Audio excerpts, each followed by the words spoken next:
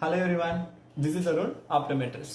நம்ம next celebration Diwali. அந்த திவாலியை நம்ம எப்படி சேஃபா கொண்டாடலாம் அப்படின்றத பத்தி தான் நம்ம இன்னைக்கு பார்க்க போறோம். ஃபர்ஸ்ட் ஒன், நீங்க வந்து ஒரு கூலிங் கிளாஸ் இல்ல ஒரு ப்ரொடெக்ஷன் கிளாஸை நீங்க யூஸ் பண்ணுங்க. யூஸ் பண்றது மூலமா இந்த வெடிபொருட்கள் இல்ல தூசிலாம் உங்க கண்ணில் விழாம பாத்துக்கலாம். அதுல இருந்தே ஃபர்ஸ்ட் நம்ம 90% ஆஃப் நம்ம கண்ணை ப்ரொடெக்ட் பண்ணிக்கலாம். நம்பர் 2, நீங்க வெடிக்க போகிறதுக்கு முன்னாடி வெடிச்சதுக்கு அப்புறம் நீங்க வரக்கூடிய டிஸ்டன்ஸ் அட்லீஸ்ட் இது வந்து ஒரு 2 மீட்டருக்கு தள்ளி இருக்கணும். ஏன்னா அது பிளாஸ்ட் ஆகிறது நம்ம மேல வெள்ளத்துக்கும் அதிக சான்சஸ் இருக்கு. நம்பர் 3, நீங்க போடுற உடையானது நைலான் அந்த மாதிரி இருக்கக்கூடிய வேண்டாம், சிந்தட்டிக் கிளாத்ஸ் வந்து நீங்க யூஸ் பண்ணீங்கன்னா இது ஈஸியா வந்து அது இன்ஃப்ளமபிள் ஆகும். ஸோ அதனால ஒரு காட்டன்ல இருக்கக்கூடிய ஒரு கிளாத்ஸ் நீங்க வியர் பண்ணீங்கன்னா அது தீ பத்துற நிலைமைய அது கட்டுப்படுத்தும்.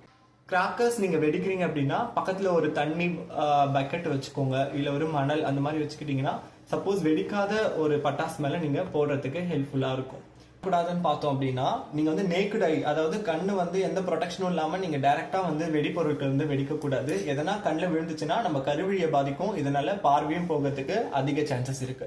ஸோ நம்பர் 2, கான்டாக்ட் லென்ஸ் யூஸரா நீங்க இருந்தீங்கன்னா கண்டிப்பா நீங்க வந்து பட்டாசு வெடிக்க போகிறதுக்கு முன்னாடி கான்டாக்ட் லென்ஸை கழட்டி வச்சிருங்க. கண்டிப்பா கான்டாக்ட் லென்ஸ் யூஸ் பண்ணக்கூடாது.